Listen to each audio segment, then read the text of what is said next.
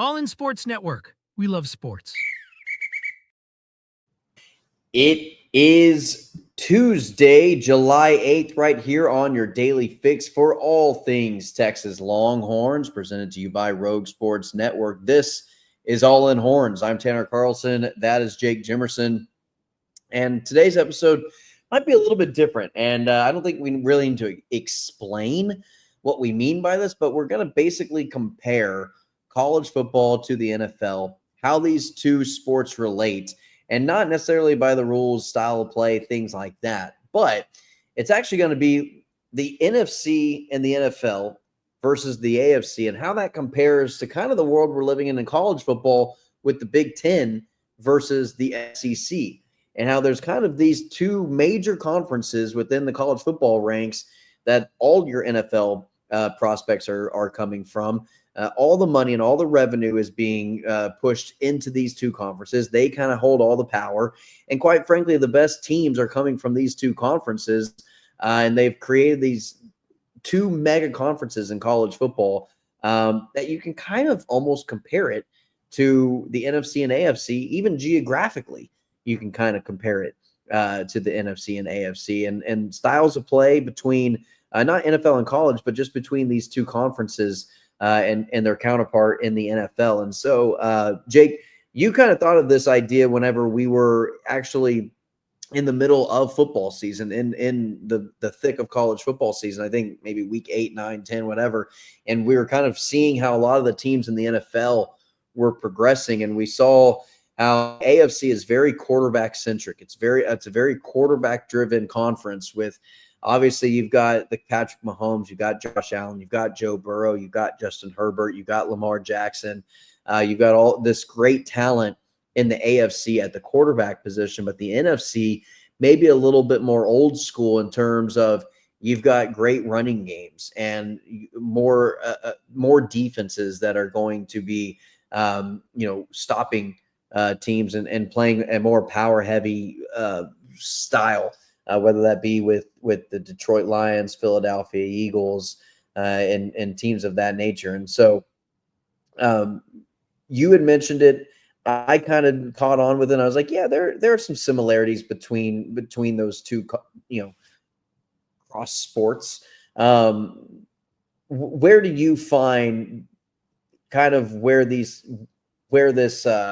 comparisons lie? Yeah, I mean, well, first off, when just talking about the NFL, I think it's pretty. I mean, you saw it with how the Philadelphia Eagles played football versus how Chiefs played football. The Chiefs had a good defense, but maybe not quite as physical of a defense. And so in the AFC, it feels like some of the offensive lines are weaker. The running games are definitely weaker. And it's very much quarterback wide receiver centric, where, the 49ers, the Eagles, some of these teams in the NFC that have been the top contenders for several years now, they are a very physical, kind of old school brand of football in a way, with new school kind of tactics. I would also just say the quarterbacks aren't as this like elite arm talent in the NFC compared to the AFC. And it's a lot of play action. You can't solely base your team's performance on the performance of your quarterback. Yeah. I mean, you don't have a Josh Allen in the NFC. There isn't a quarterback in the NFC that's as good as Josh Allen or Patrick Mahomes, who, in my opinion, are the two best quarterbacks in the NFL. And so then you look at college football, where you have the SEC and the Big 10. And the SEC, I don't think it's as big of a difference as you see in the NFL, but it still, to me, you have the Big 10 that is very old school style football.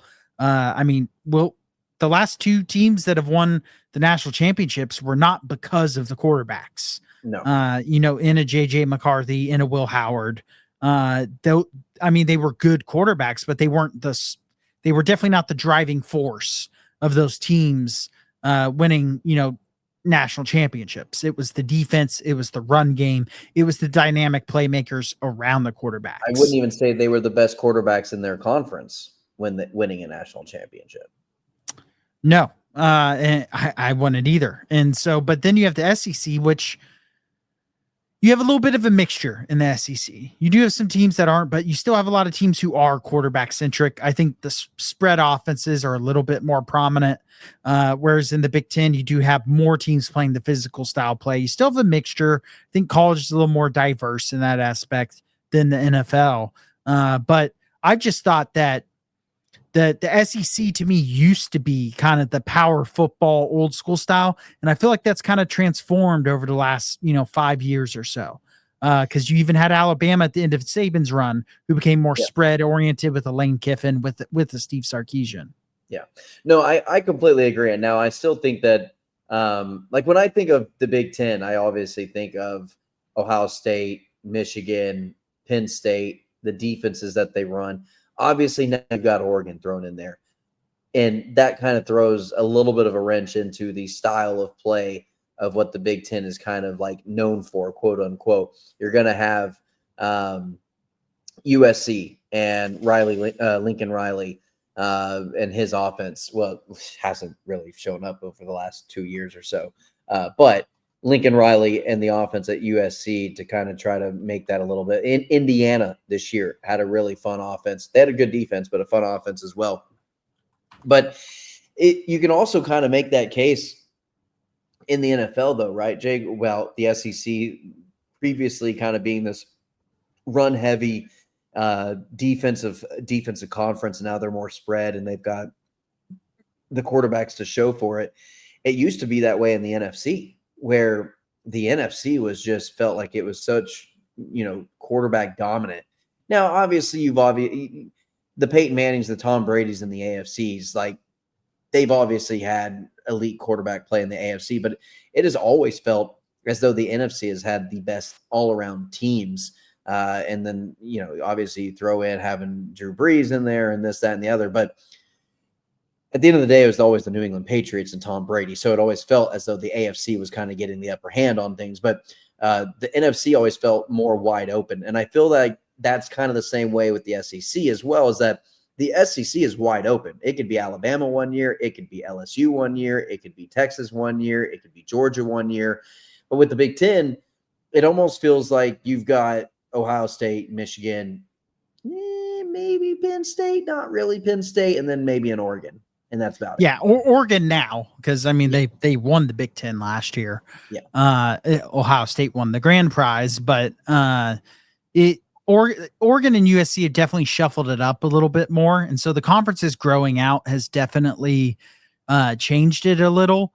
But it's just interesting because you do get in. To me, the NFL was kind of the main point of kind of me putting this in there, was just how stark to me the different styles of players are between two conferences, despite the fact that you wouldn't really think it'd be that way. I mean, you have an equal amount of team in each conference, and yet you have the NFC, like you said, more all around teams versus, the AFC that always seems to be dominated by just 1 to 2 teams.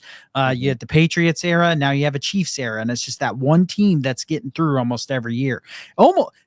Take this cross to a different sport, the NBA. It's felt like our whole lives, the East is just dominated by 1 to 2 teams. This year you have the Pacers. It's been a little different, but you typically have a team that just kind of crushes through the playoffs, and then the team who comes out of the West is just beat to hell from going through an absolute gauntlet. And you see that in the records. I mean, you have an East team that's a 6 seed that wouldn't even make the playoffs in the West. Yeah. The play-in changes that. The play-in's a joke. Well, no, a 6 seed wouldn't even make the play-in in the West. In the East. Yeah, I mean, you have teams barely making the play-in with a winning record versus they would be completely safe in the East. Yeah, maybe a 5 in the East, Yeah, and so you get you get it in college basketball. The Big East plays a completely different brand of basketball than a lot of. And that goes to show that these GMs and these coaches, recruiters, college, professional level, whatever it is, if you're within your conference, you're trying to build your team to beat the best teams and what those identities are within your division. In the NFL, you see it with the Dallas Cowboys and the Philadelphia Eagles. So like Philly, they have the best offensive line in all of football right now, and a great running game with Saquon Barkley. And they've got, the bulldozer at quarterback, just getting QB sneaks for first downs on 4th and 5. So what does Dallas do? What does the New York Giants do? What do the Washington Commanders do? They beef up their defensive line and they beef up their linebackers, and they're not necessarily too focused on the quarterback and skill positions, because you've got to counter who the best teams are within your conference. And right now for Ohio State, it's the same thing. They've always had a great offense, or they've always had a great defense, a great front seven, great offensive line. And so other teams, to try to counter that, also got to put together a great offensive line and a good running game, because you're not going to be able to pass on them, because they're just going to come back and pin their ears back and sack the quarterback with Joey Bosa or whoever, Chase Young, whoever they have rushing the passer that year. And so I think it's the identity of whatever the best team is in your conference, in your division. You have to try to emulate your roster to counter the best points of the best team within that division, which is why the NFC East is on a constant cycle of winners. You never have a repeat winners, just because they do a really good job of countering whoever won it previously. Now, that never really results in postseason success for the Dallas Cowboys, but I digress. Yeah, no, we don't need to. That's a whole nother episode on itself. But yeah, I mean, what's the reason the Chiefs, when they've lost the Super Bowls they've made, just about every time it's been just horrific offensive line play. Yep. Where Mahomes is just running around for his life. And that's when you can't run the ball, because the Chiefs have never really had a great run game. You're a one-dimensional offense. Being a one-dimensional offense going against a stacked San Francisco defense, a Tampa Bay defense that has the pass rushers they did, and then this past year's Philadelphia team, like you said, you're kind of countered. And so the NFC flexibility has always seemed to be better than the AFC. Whereas, like you said, the AFC is completely quarterback centric. Mm-hmm. A Brock Purdy would be one of the worst quarterbacks in an AFC playoff situation. Yep. Whereas in the NFC, he's, middle of the pack to higher middle of the pack. And that is different. Yeah. Yeah. And that's why even when people are like, well, what can Dak do? What's Dak going to do for the Cowboys? I'm like, okay, well, look at the conference. He's probably one of your top 3-4 guys in the entire conference. Yeah, I mean, without a doubt. That's all you need. Without a doubt, he is. And it said the same thing. Said the same thing about Tony Romo as well. Yeah, I mean, you look at Jalen Hurts. Is he as good as a Josh Allen? I mean, when you put the weapons around the quarterback, you get the defense, you get the offensive line. I mean, you look at the way how Philly has built their team, and it's almost unbelievable when you look at their roster, just because of how they're able to manipulate the cap, which they will pay for eventually, hopefully. But it doesn't really matter if you get a couple Lombardis along the way.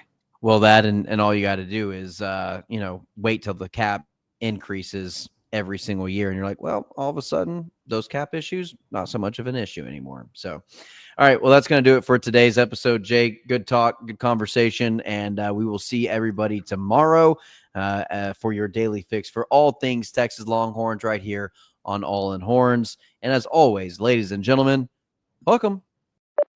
All in Sports Network. We love sports.